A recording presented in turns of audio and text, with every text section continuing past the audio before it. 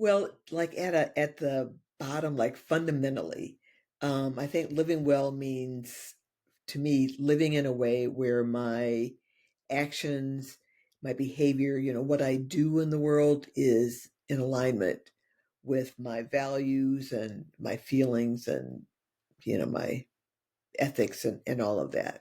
So for me, and to say more about that, I guess it's like living authentically and honestly and openly and as fully as I can as myself, and doing the things that bring me joy, but also add meaning to my life and allow me to offer my gift to the world.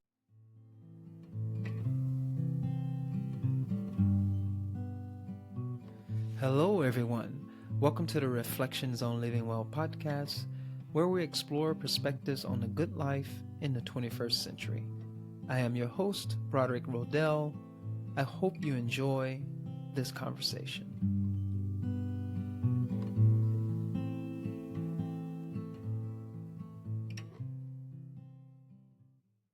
Hello, everyone. Welcome back to the Reflections on Living Well podcast. Today, our guest is Veta Goler.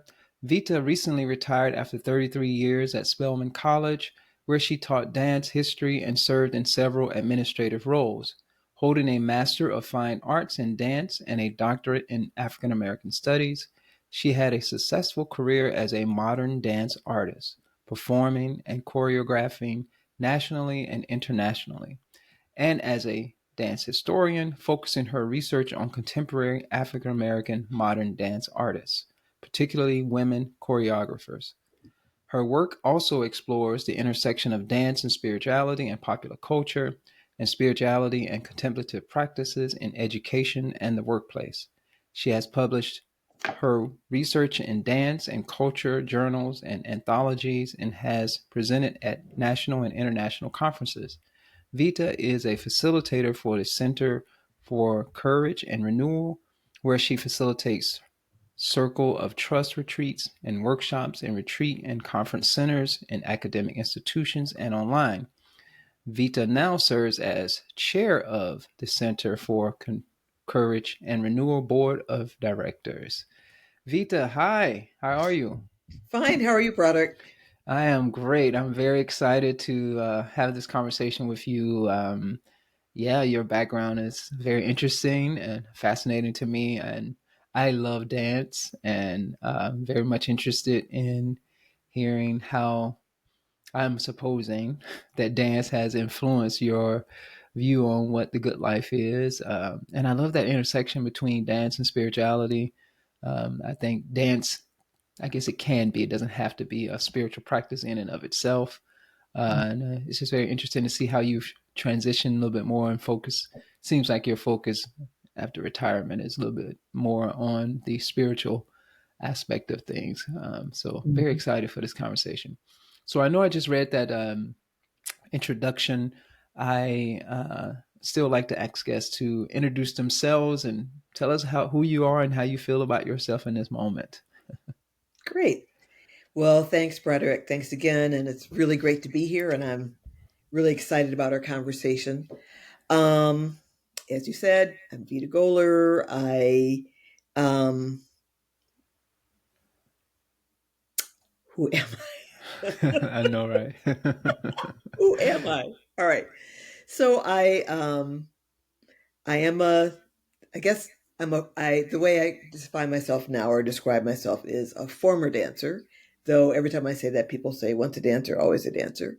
And but the way I really think of myself is as a creative person, and dance was a very, very important part of my or form of my creativity. Now, dance is I still dance, but only it's a kind of a spiritual practice for me now. And as you said, I kind of realized that kind of a while back while I was still working that spirituality was really kind of the center of my life, and so my work became kind of spiritual, and that has continued on after retirement. I now, as you said, serve on the board of the Center for Courage and Renewal. I'm also a Courage and Renewal facilitator.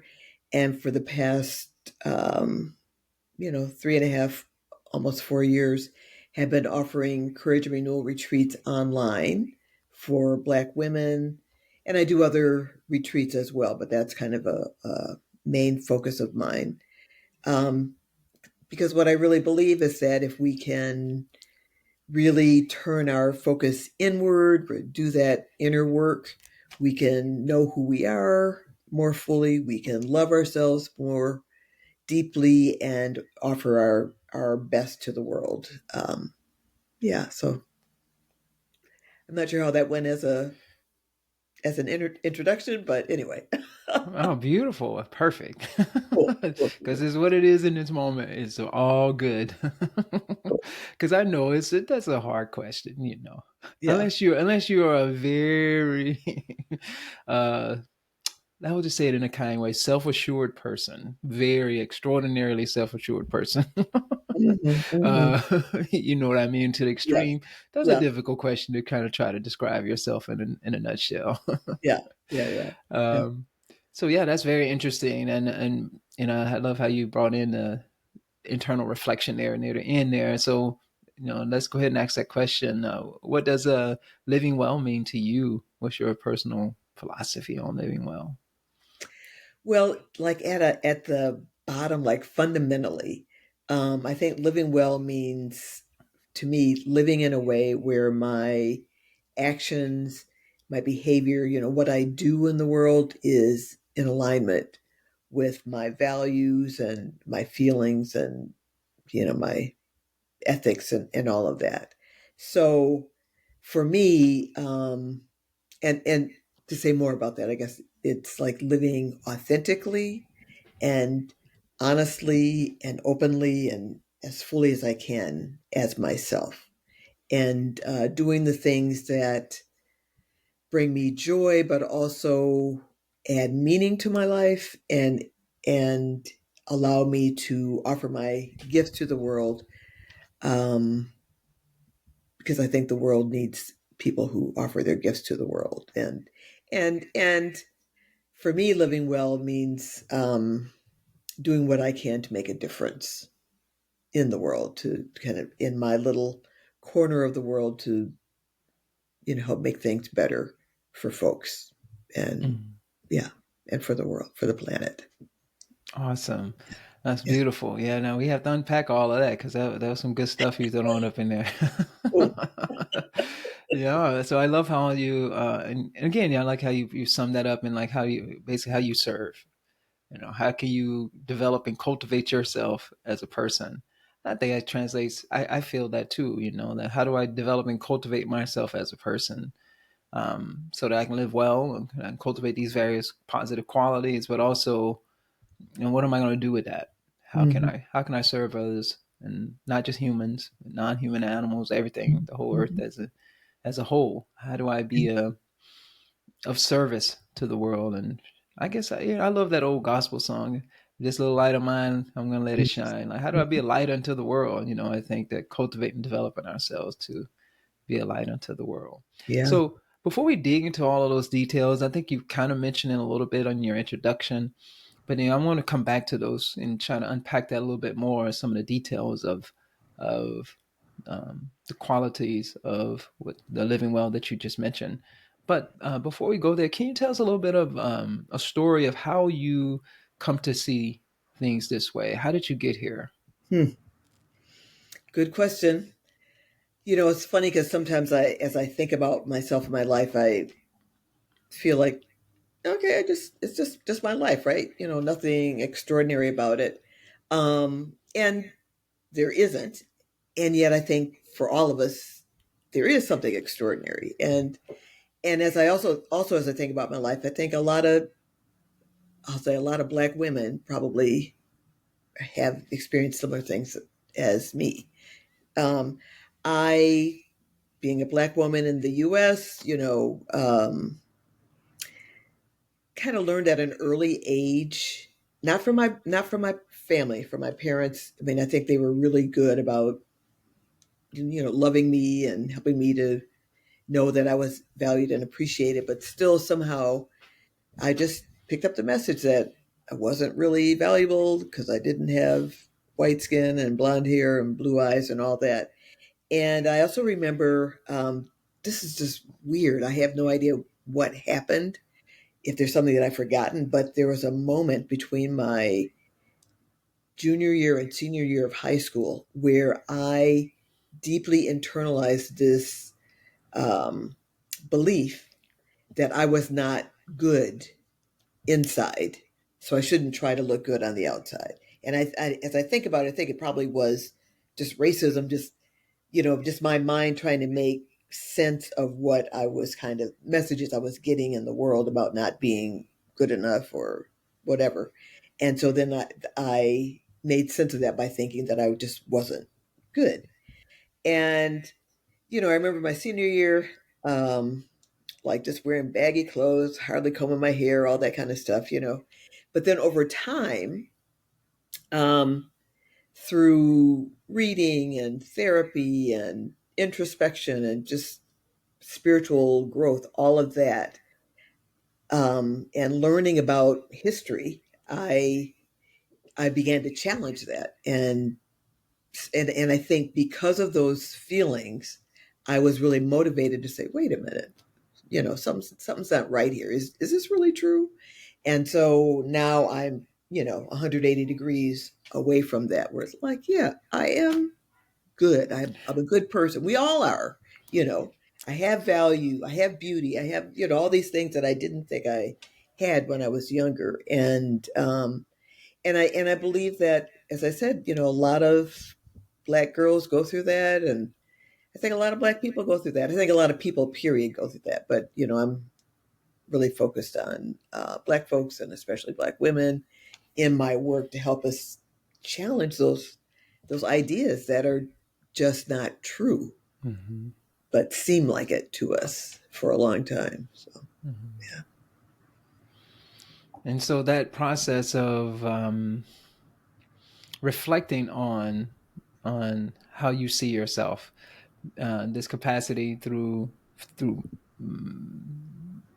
through studying history, but through therapy, where you have someone to kind of help you reflect on the way that you're seeing the world. You said something important here that these things that influence our perception of what is good a lot of times is rooted in suffering, Mm-hmm. some type of suffering. That's psychological suffering, physical suffering. But in this case, it seems that maybe it was some physical there too, but psychologically suffering in the sense of not valuing yourself, something that you've picked up from the environment, not necessarily at home, but just the context of the environment. And so before I say much more about this, because I want to make sure that all the audience understand the context of where you're coming from. So where are you from? And then around what time? Because I think people, when I understand, you look a lot younger than people may think. And so, so, when was this? And I think because that gives a proper historical context, and you're not just making this up. What was Mm-hmm. going on, and where were you in the environment that you found yourself in at this time? Mm-hmm. I was born in 52, 1952, and I was born in Detroit, and then my family moved to Jackson, Michigan, west of Detroit, about 80 miles, little town, when I was two. And, I had a middle class upbringing. My mom was a kindergarten teacher. My dad actually was a lawyer. He was the first black lawyer in Jackson, which you hear lawyer now and it means certain things, but it didn't mean that back then. So he was like a good man, an honest man, you know, just working for black folks who got in trouble with the law. He was like a Mm. defense attorney. So yeah. So, and I, older brother, two younger sisters. So yeah, that's just a Midwest middle class upbringing. So Yeah.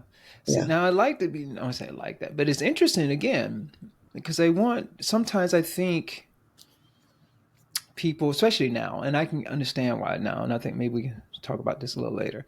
That some like, oh, you're just complaining and whining about something. that's not so relevant. This is not like it was in the Jim Crow era. I'm like, well, actually, Mhm. no. You grew up in a time and era Mhm. where, of course, even though you grew up in a middle class family, and you can still internalize things that are coming out of your environment. And Mhm. I don't think people understand that sometimes. Yeah. And in this context, we're talking about you as an African American woman. But I think any of us, we can, no matter what is going on in our household now, and our household can be crazy making going on there, and we definitely going to internalize that. But even Mhm. in a home where you have loving parents, there's still an environment, a context, a social, a cultural context that you find yourself in that's going to have an impact on a mind, particularly a young person growing up in the world where racism exists and it's explicit in the world. Mhm. And, so a person does is internalize that so they can navigate the world like, well, this is what's real. This is real. And I have to internalize it and create a sense of self within that. And that sense of self within that is not always healthy, as you mentioned. Yeah. And it can be problematic, detrimental to the well being of the body that is containing this viewpoint of self that is not that doesn't deem itself valuable. Mhm. And I think well, I'm using my words here, you're blessed that you were able to find therapy and to find therapy and what other things that you found to kind of help you reflect on that and look on that. So before I say anything else about that, what drove you to therapy? What caused you to say, hold on for a minute, let me take a look at what's going on in my life? Was there any event, or is it just that over time you was like, something, I don't like how I'm seeing myself? Mhm. Okay, let me ask you a question. How honest can I be? 100% honest. Okay. This is a yeah, free love, honest conversation here. So the truth is that, as you said, those things were affecting me, and I was trying to find my way in the world, right? So, drugs, sex, all that kind of stuff. And until I got to the point where it's like, okay, where it was clear this is not working for me. Hmm. And I started going to AA, Hmm. which did two things for me. It helped me to kind of come back to spirituality because I hadn't been to church. I mean, I went to church as a kid, but once I graduated from high school and left home, I didn't. And so AA helped me to think about, that whole notion of the power greater than yourself. And Hmm. then once I started with that process and that kind of introspection, then that led me to say, okay, talk with I need to talk with someone as well. And yeah, so it was kind of that. Yeah, Hmm. yeah. Yeah, so sometimes the hard times in life become fertile ground for growth and kind of the maturation. Now, audience, we're not saying that you have to go through that. You don't need to go out and make Right, make it hard for yourself just right. because it can be fertile ground for transformation. But for a lot of us, this is just the reality of it. Hmm. And if you're Hmm. listening to this and you may, especially if you're a younger person and you feel like my life is really hard and it's rough and I feel like, yeah, I don't value myself for whatever reason, there's a way out of that. And how do you take this time in your life to try to reflect on it and see where it comes from and kind of somewhere, some way, somehow see that you can transform the way you see things. Hmm. And something like therapy is so important part of the process for so many people. And the reason why I'm, kind of bringing this up is to try to draw out this idea that stuff like therapy can be important. Now, if you don't have a therapist, if you can't afford it or whatever it may be, some kind of thing, some kind of process, some kind of interaction, relationship with somebody that can help you unpack how you are seeing yourself and can help you transform how you're seeing yourself is an important part of unpacking and unraveling um, what kind of life you want, how life can possibly be. Does that make sense? Oh, totally. Because I think for a lot of us, whatever it is we're experiencing, and especially whatever it is we're thinking and feeling about it, we just it's easy to feel like, oh, that's just how it is. But there are people who can help us change our perspective to see things in a different way, and also to recognize that we have some things that we can do, both in terms of how we see ourselves and the people we're around, or whatever it is that we're doing, that can also help shift our experience and Hmm. our realities. Yeah. That's awesome. Exactly. So yeah, there's nothing wrong with getting help, folks.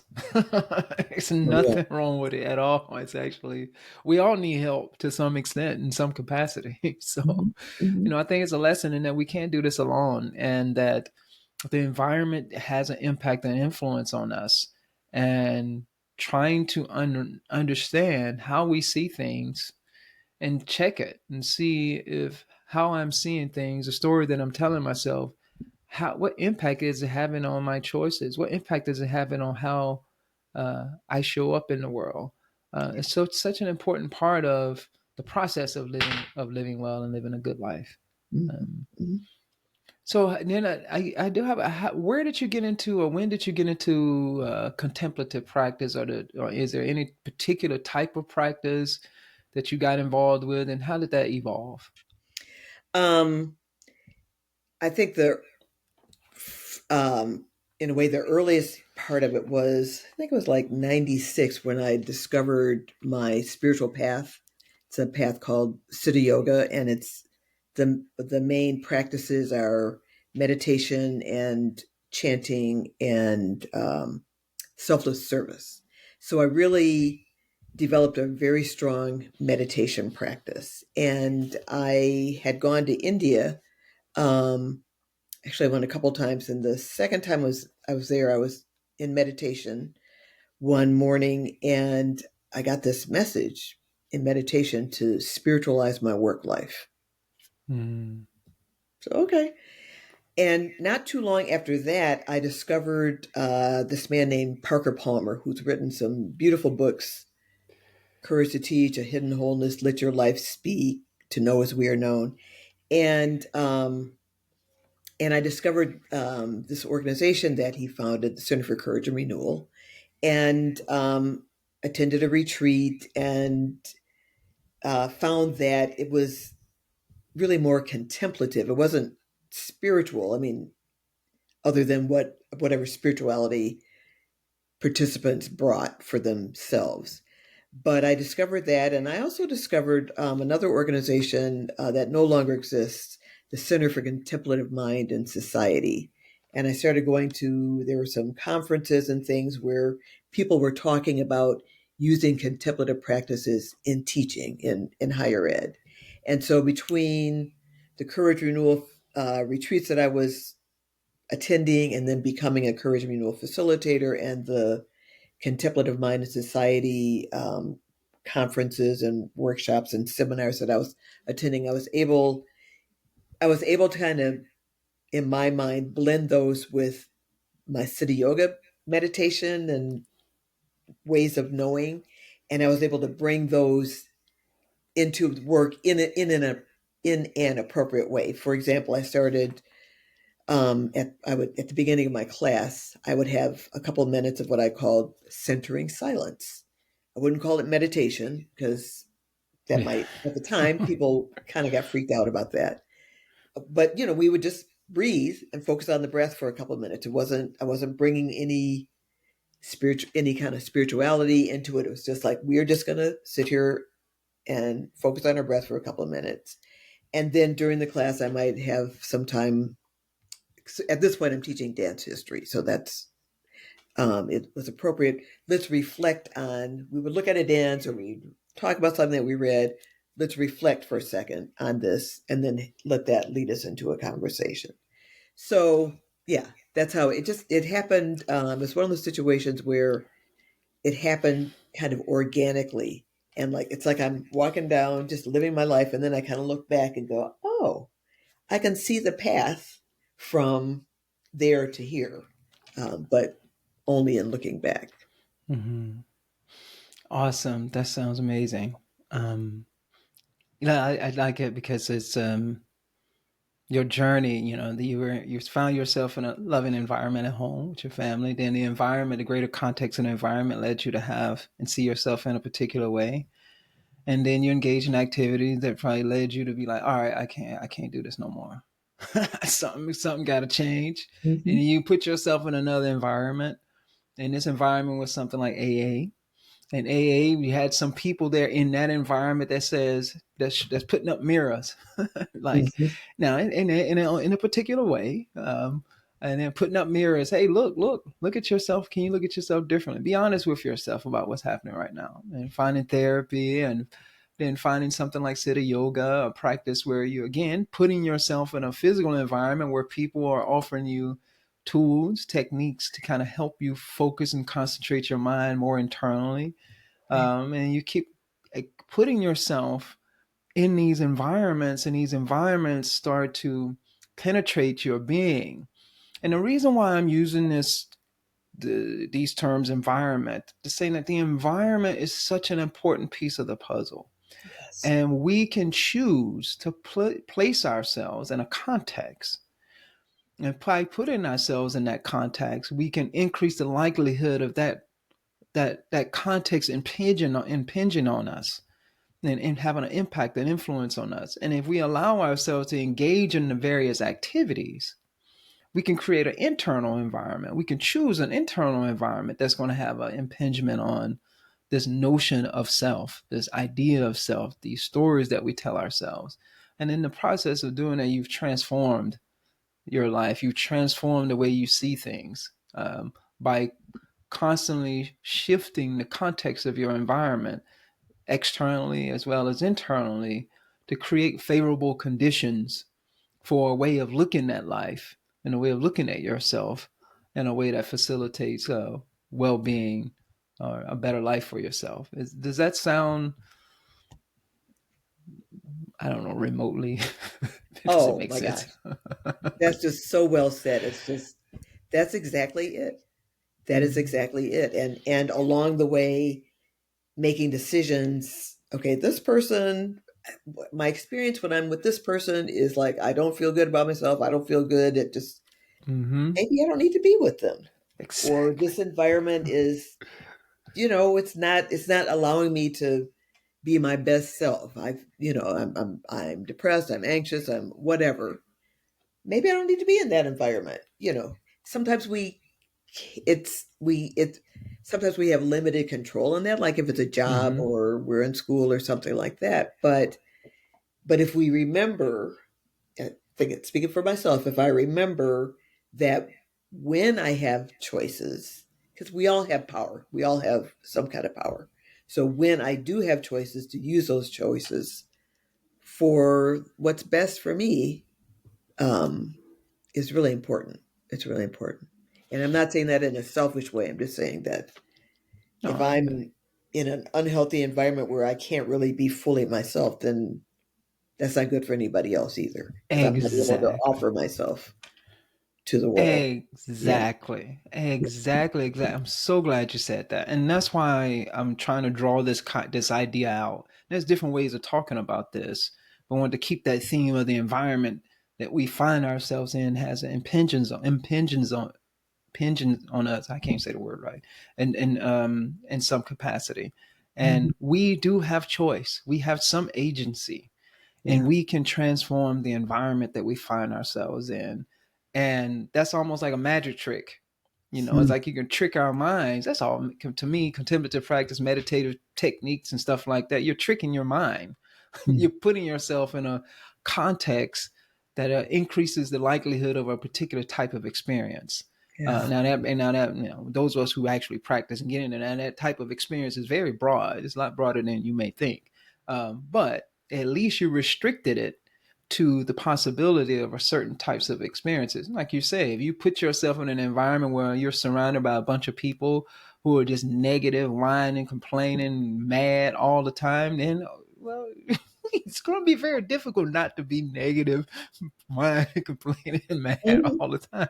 Mhm. it's Yeah, not yeah, it's not rocket science at all. And I right. think that we can transform our lives by the choices that we make. Now, the thing is, how do we know that these different perspectives are out there?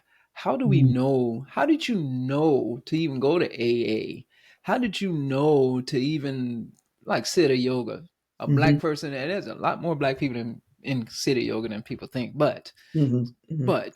it's not a whole lot. Yeah, but yeah. what in the world? Now, what drew you to Siddha yoga? The Parker Palmer and things of that nature. Like, what was it that compelled you to put yourself in those environments? I think some of it is I feel lucky to be the person I am, where I was, even as a young person, kind of a free spirit. I mean, I honestly, I was a black hippie. Okay, I just like I love it. that's true. But being an artist and a creative and stuff, creative person, I um, I think I have just been kind of open to. I've just been open to, you know, and so, and I think that openness allowed. I was going to say that openness allowed things to come to me, but maybe it was that openness allowed me to recognize things as they came to me as something that I might want to at least investigate. Just Hmm. check it out. Yeah, Awesome. yeah. Yeah, and I think some of us may have that natural tendency. I'm not gonna say I did. I didn't. I was pretty. I'm pretty conservative by nature, but I think I've put myself in relationships with people even as a kid. One of my two of my best friends, they were a lot more open than I was, Hmm. but I love those boys, man, and they. I'm a little more of the shyer, a little more of the reclusive type. I'm still that way. I can definitely live in a monastery. And but boy, they were wild. I don't even go into the level of wild they were, and if they're listening to this, they're probably laughing. But they kind of took me out of my shell. They kind of helped me open up, and more so than they think. A lot of the things that I end up doing in life, academically and all that kind of stuff, was definitely impacted by those guys who were definitely a lot wilder than I was, and they're pushing me to be a little more wild, and opening me up. The reason why I'm saying that is that even a person like me, who tends to be a little bit more reserved, a little bit more, I don't consider myself an influencer. You never see me just, I guess I'm doing a podcast, but I'm not trying to be an influencer or putting myself out there, or try to get followers, or I'm much more reserved. And I'm not so, I don't like to try things. I'm very conservative. I like to stick to something for a while and before I go and try something else too soon. But I'm saying all this to say you were naturally that way, open. But Mhm, that openness is an important piece of the puzzle. And I am a good example of that. That if I allow myself to open up and then allow myself to be receptive. Now, I'm a skeptic. I push against stuff, even though I've done like naturopathic medicine, I've done all kinds of experiments. It's just that I had to push myself to mhm, be open. And as I was open and receptive to those things, I say, well, what is in this that I can gain some insight from? I'm saying this to say that that is an important part of the equation, folks. To live in a good life, to transform in ourselves, we have to some way, somehow create a little bit of openness in our lives and open ourselves up to different perspectives and different possibilities. Again, I mean, I say this often on this podcast. That's what this podcast is about. Is about opening ourselves up to the possibility of seeing the world through the eyes of someone else differently, having that cognitive empathy, and where I can see things differently, and what can I gain from it if I open myself, I allow myself to be receptive to a different way of looking at the world. And boy, that thing changes everything. I know for me, I'm a country bumpkin from rural South Carolina, never really went anywhere, first generation, all that stuff. And I've done a lot of stuff. But the only reason why I was able to do that and explore these things is because I've had to constantly challenge my natural impulse to close off. Mm-hmm. And there's nothing wrong with that. I think there's a benefit to being the way that I am, um, especially living that yogic life. I can do that. Mm-hmm. But to open myself up to possibilities, that has been such an important part of my growth and evolution as a person. But it required me to go against my natural inclination to close off. So I Yeah. know I went on that whole spiel, but I just wanted to say that that is such, it's so important, and it can be so difficult for some people, but that doesn't mean you don't allow yourself to open up to those possibilities. Yeah. And I mean, I think it's beautiful the way you said it, and also, what you said and your experience. I mean, and I want to add to that we are often told as a whatever it is, as a fill in the blank, I'll say as a black woman, as a whatever, you are supposed to do this, or Mm-hmm. black people do this, they don't do that. I mean, just whatever. And and and and I think it's really important to ask ourselves, like, if we're feeling inclined or to do something or are curious about something, and then we say, yeah, but we don't do that. Mm-hmm. Just ask, really? Are you Really? sure? Because I bet there's somebody out there who looks like you who does do that, and so yeah. Exactly. I think a lot of our problems saying this because as an African American, as a black man, as a black person, and that a lot of times we make it that excuse. We're not opening ourselves up to possibilities. I'm sure you experienced this too. That a lot of the places that I went to, I was the only black person there. Hmm. Or hell, even if I look at it this way, a lot of places I put myself, I was the only person with an engineering degree or especially a PhD in engineering. They're like, where did they like this is you are a very different person to be in this environment and context. I'm like, trust me, I know. Um, this is Hmm. very strange for me. Hmm. But Hmm. I was able to put myself in those contexts, even in engineering, to be honest. Again, Yeah. when I say country bumpkin, I don't mean that in a derogatory sense. I love being a country bumpkin. Hmm. Hmm. Hmm. I'm all about it being in the country. Yeah. But I had to open myself. But man, it changed me. It expanded me. It challenged my notions. I was a very religious kid too.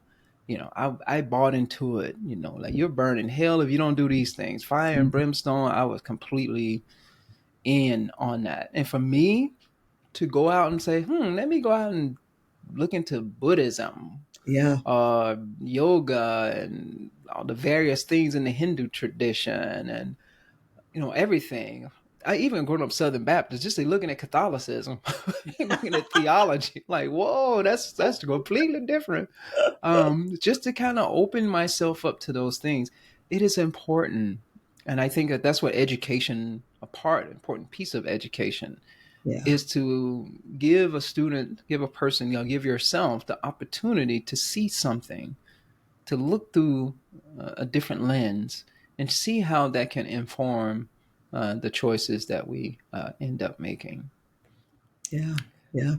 So I have a different, not different. I want to extend on this, actually a little bit about creativity. So, Mhm. what role does this creativity? Now we still have some time. I'm going to come back to exploring the detail, a little bit more details of what the good life is for you. But I think this little setup is important. What role does creativity play in all of this? Well, first of all, there are some groups of people for whom everybody expects them to be creative. Like everybody expects, oh, an artist, you're creative. Doesn't matter what form your art takes. And I would add to that scientists. Like Mm-hmm. they're trying to figure things out. But everybody, creativity is important for everybody. It Mm-hmm. doesn't, I mean, and especially now with where we are in the world and the challenges of this world, we need some new ways of doing things because clearly our old ways are not working. And that's creativity. So we need people to see things differently and be willing to try things and all that. But I also believe that creativity is spiritual. Mm-hmm. For me, when I feel like when I'm engaged in a spiritual activity, whether it's dancing or drawing or making music, whatever it is, I feel like I am. It's a conduit. It's a way for me to connect with the divine within me and to serve as a vessel for the divine. So I connect with that divinity. It comes out in what I do, but it also allows me to access strength, insights, knowledge, more creativity. All of that happens. It happens because of the creative act. So it's both connecting with the divine and honoring the divine and letting the divine speak through me. Mm-hmm. Because we're all divine beings. Mm-hmm. We are all divine beings. I believe. Mm-hmm. I know it's not a. That's just a fact. in my in my worldview or my experience, whatever. Mm-hmm. Yeah. Go ahead. I'm actually in agreement with that, and I've spent I've been on the process of writing a book for a while, but I've spent years exploring ways to, not, I guess, justify to myself how do I articulate this idea that we are an expression of the divine, and I like to use the word the divine as well. And I've looked at all kinds of philosophical traditions and listened to different arguments and, for years, exploring this concept. And I still come back to that basic idea that we're all an expression of this infinite sea of possibility, or I would say potential. And Mm-hmm. within that potential, Mm-hmm. I call that potential the divine. And within that potential, there's an infinite amount of possibilities.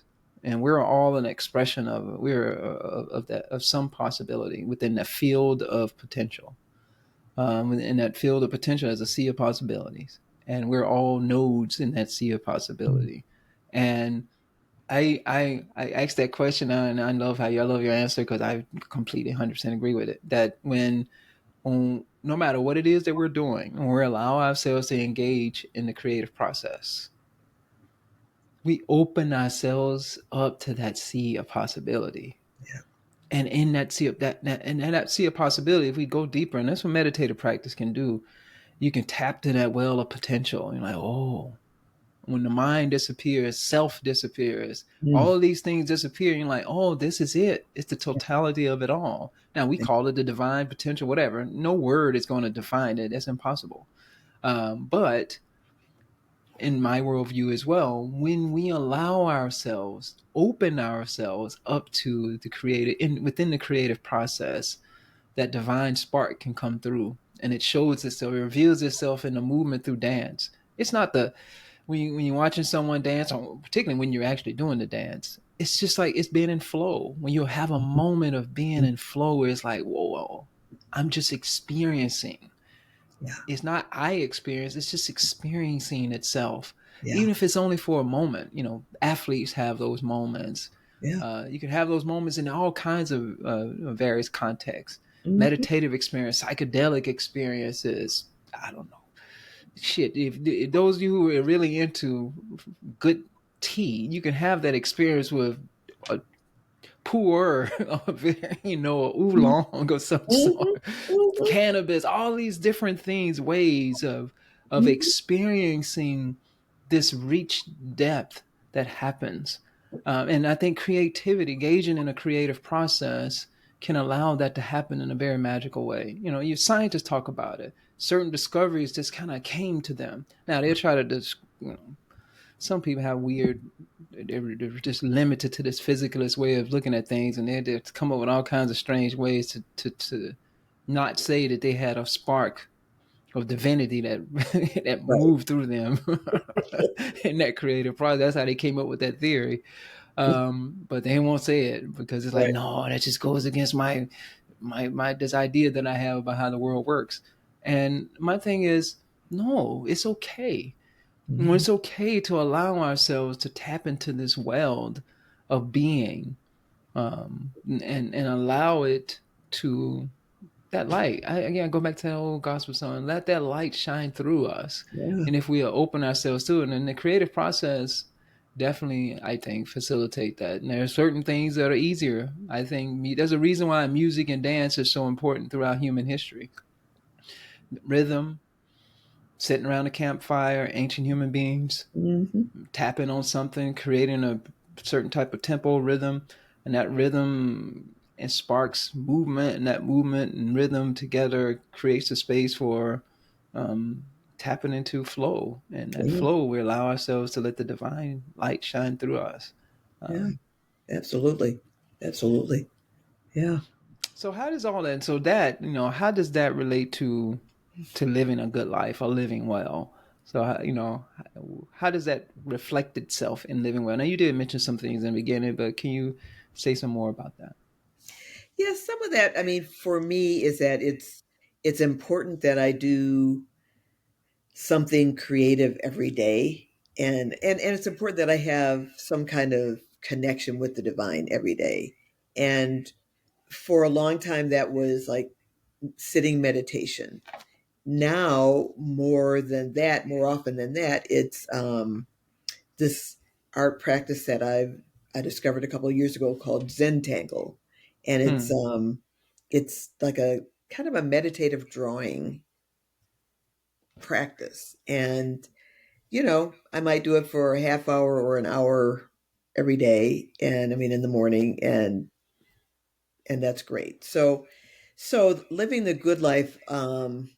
I mean, one thing I think of is like, what's my perfect day? And I will say it's easier for me now that I'm retired, though I still like with my courage and renewal work. I'm doing retreats. I'm serving on leadership teams. I'm on the board. So I have stuff that I'm doing. But if I can,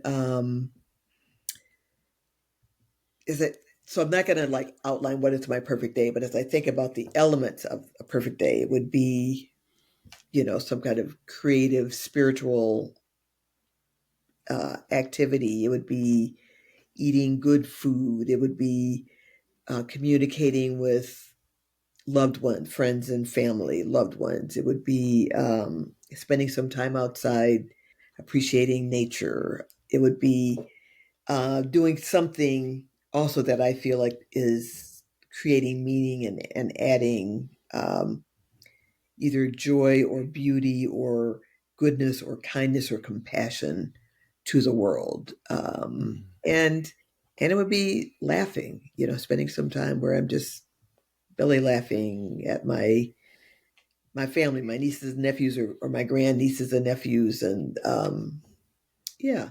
So again, back to what I was saying at the beginning, it really is about for me, and I think this is kind of my belief system, so I think this is true of everybody, just like really being authentically myself, or all of us to be authentically ourselves, and to feel that we can express that freely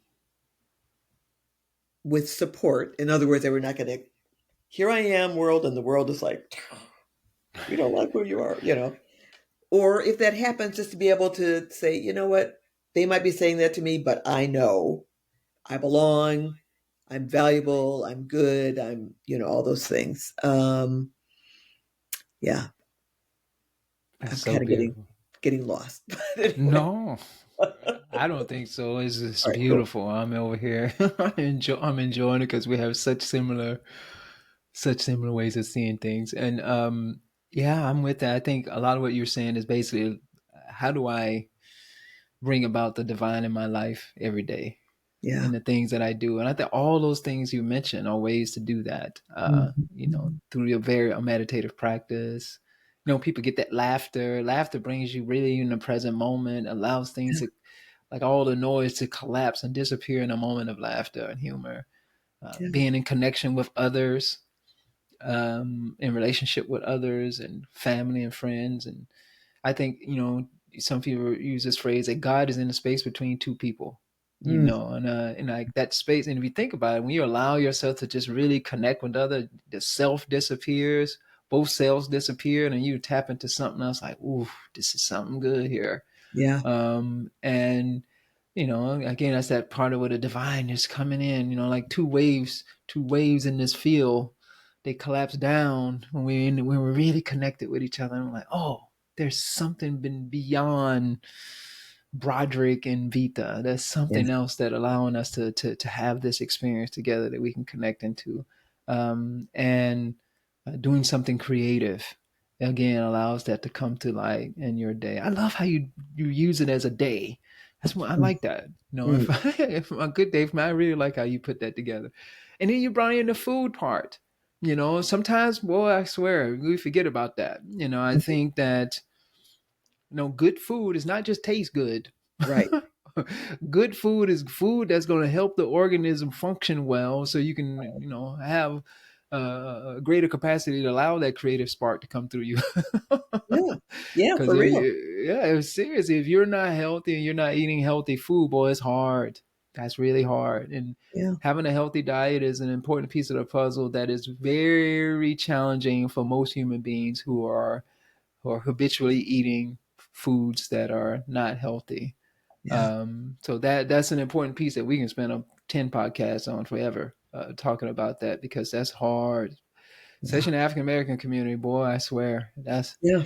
you. It's hard to get through. For a number of reasons. For For a a number. number of reasons. It's very difficult, and Yeah. we ain't doing too good as a result. Mm, So I'm glad you brought that up, and also, you also mentioned nature, going out and sucking that in, and you slipped in quite a few things there, Vita. The importance of connecting with the awe of nature, being out and tapping into something. Again, connecting. When we allow ourselves to connect, we can dip down a little bit and surrender ourselves in those moments of connection, be it with human beings or with the rest of nature, particularly I mean, all is nature, of course, but when we're referring to nature, what I think you're referring to nature is, plants and animals and mhm, those things that we human beings didn't manufacture, mhm. even though that's nature too, but it's, particularly talking about an aspect of nature that is beyond our control, Yeah. to an extent. I guess we're doing all kinds of things now, but Yeah. but I think that there's a lot there just in that day of experience that you had, and you mentioned those qualities. What are some of those qualities again? How does it feel when you are allowing the divine to express itself within you? So you Mm. mentioned a few, but can you say those again? And like, what does that feel like? It feels like there's a fullness and a contentment Mm, and like a sense of enough. mm, There's a sense of belonging of like, just really I'm in yeah, I belong here. I'm in a place that is good for me and welcoming for me. And I like you use the word awe and a sense of awe. I mean, that again kind of feels like a kind of fullness, like mm, heart opening, just and just like with my arms wide, just like receiving or hands wide, receiving and giving at the same time, hands mm. open. Um, yeah. Beautiful. And I think folks, we're saying this, and I'm assuming you agree with me on this because of just the nature of contemplative practices, that we're not saying that this is how you say your ideal day. Just not saying that it's always going to be this way, but it's what we aim for. Right. And the more we aim for, we increase the likelihood of it happening in our lives. The good life is not just those moments, Right. but it's when we can maximize those moments to the best of our capacity. It doesn't mean that we're not going to have painful moments, but when we do have those painful moments, we've uh, we've nurtured and supported a garden in our minds Mm. that can hold us in those painful moments. I Mhm. know what joy feels like. I know what contentment feels like. And in a moment of pain, how do I allow contentment to be by my side? You Yeah. know, how do I allow belonging to be by my side when I feel hurt, when Yeah. I'm feeling distant? How do I allow, I know what this feels like. And if I don't cultivate those qualities, it's going to be very difficult to pull those on board when I'm in a moment of distress. Yeah. And that's why it's so important to do these activities. Again, putting ourselves in environments, putting ourselves in contexts that increase the likelihood of certain types of experiences. Because inevitably, the rain going to come, the storms are going Mhm. to come, it's Mhm. going to hurt. You know, Mhm. it's just the contract of being uh, uh, separated from Yeah. the well, not separated from the divine, but the relative separation, the apparent separation. Yeah. There's going to be pain and suffering, like the Buddha said. You know, there's going to be some suffering and pain in life, and it's a matter of what can I do, what choices can I make to uh, um, lower the burden of that suffering to the best of my abilities. And also, as I suffer, what can I learn and gain from it to transform myself in the process, to Mhm. increase the likelihood again of having a little more of those that feeling of contentment and Yeah. belonging and satisfaction, and spaciousness and openness. That is the gift of life. I'm not saying it happens all the time. Well, I wish. Of Yeah. course. I mean, who? That would be lovely. Yeah. Yeah. um, Yeah. yeah. If I can add a couple things to what you just said, Roderick. One is you're right, and I want to say this for young people Mm-hmm. because as you get older and you have those wonderful moments and then you have those hard moments, you recognize that both come and go. And so I think a lot of times young people have really hard moments and they don't recognize that just hang on. Mm-hmm. It's gonna change. The you know, the the beautiful moments will return.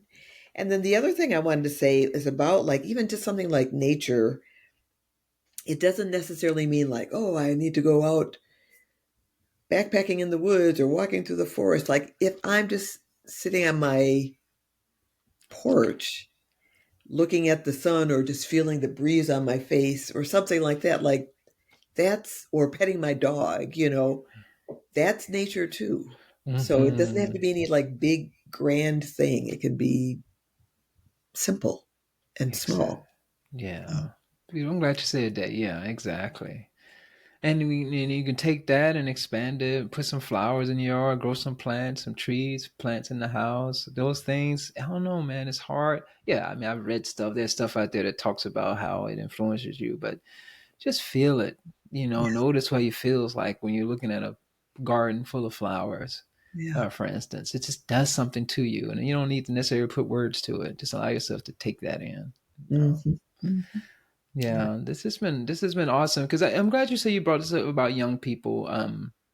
There's a reason why I'm interviewing people who've had some life experience. You know, I've of course not everyone has been, but I've tried to interview people who are at least 50 and older. I mean, it's not just a random number. I figure that the 40s sometimes you go through that malaise, and I'm sure people say that as you get older you go through another malaise, but that malaise of the 40s where you're starting to be like, oh, this thing coming to an end possibly. mm, Okay, what am I going to do? What have I done with my life? I mhm, think people start to ask different types of questions. mhm. And I'd love that you went on ahead and offered that advice to young folks. And a lot of this, I don't know how many young people are listening to this. I hope one day they will. This somehow becomes a resource because there's so much wisdom in people who've actually lived, who lived a full life. And you all have something to offer all of us that is special. And I think we live in a culture where we're not celebrating the elders. I'm not saying you're old, by the way. I'm not. Just want to be clear. But you're an elder, and I think that 33 years of teaching young people and experimenting with life, 70 years of experimenting with life. You have something to share. And I'm very grateful that you take this time out to share. And for me, it's been very meaningful. I don't know. It's just, I have this, when I'm sitting across from a black woman, older black woman, I don't know. I like to sit at your feet. And I Mm, think I just naturally feel that connection. I don't, older people in general, older white woman, older white man, black, I feel that way regardless, and to an extent. But there's something unique and special, and I think it's because of my own mother. mm, You look on your mother, my aunts, and these women that have played such a significant role in my life. And when I sit down and have a conversation with somebody such as yourself, it's something so special. I feel privileged, and I don't know, I've had this warm, fuzzy feeling the whole time I've been talking with you. mm. And to know that we have a very similar view on things just makes me feel even better. You help me see that I think I'm doing something right here. Uh, by Totally. just listening to what you're saying. And again, you have life experience that I don't have. And I'm grateful that you take the time. And a lot of the older guests that I've had here take the time out of their day to share some wisdom with the rest of us, and hopefully it's our duty to try to do something with that. Mm, mm, um, and we're going to go here, but I wanted to also hold up another thing. I've said it before, but I want to hold up how you've not subtly, but you've kept coming back to service. You've mentioned numerous times that you're doing a lot of the things that you're doing so you can be of service to others in some capacity. Man, that's so beautiful. That's just, I think personally myself, I I I look at it this way. It's my responsibility to cultivate myself for my sake, but I understand that my sake is only a limitation. mm, How do I cultivate and develop myself for the sake of all, for the sake of all beings? And I think that what you're doing and what you're saying, I think you're saying something similar to that, because you keep coming up, you keep coming back to it.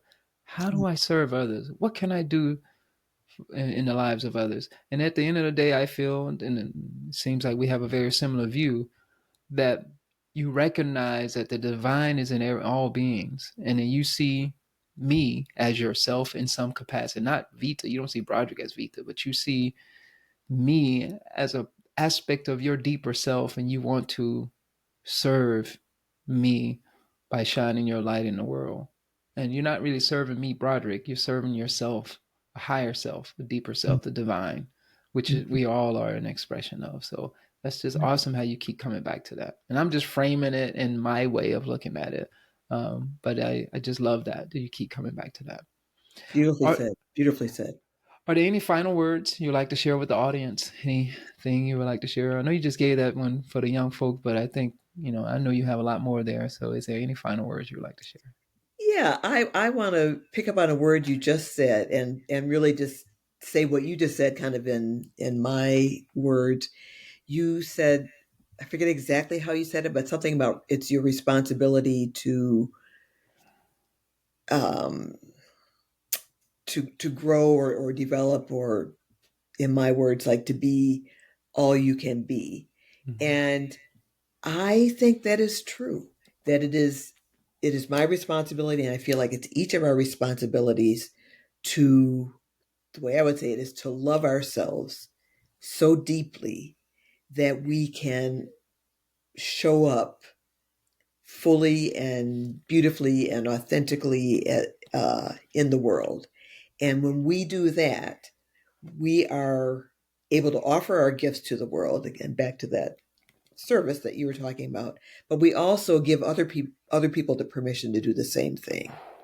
I feel like if I'm like, here I am, Vita, then, and you're Broderick, then people listening or people that encounter us, whatever, then they kind of get the message even without us saying it. Okay, I can be me. And they should be. I mean, we all, the world works better if we are all ourselves, because we're all here for a reason. We all have something to offer. And if we can just give it, then I mean, and I think it's the divine in each of us, honoring divine in each other And so if we can fully show up as who we are, then the divine in me and the divine in you are connecting. And I mean, it's one divine, but you know what I'm saying? Yeah. Yeah. Oh, So totally. No. Thank you. Thank you so much. That was beautiful. I really love that. And audience, I hope you've loved Vita as much as I have during this hour. And thank you so much for your time. And until the next time, and I can say this from the depths of my soul, I love you dearly. mm, thank you, Broderick. Thank you so much for this. And you are such an incredible human being. Thank you. And I send that love right back to you.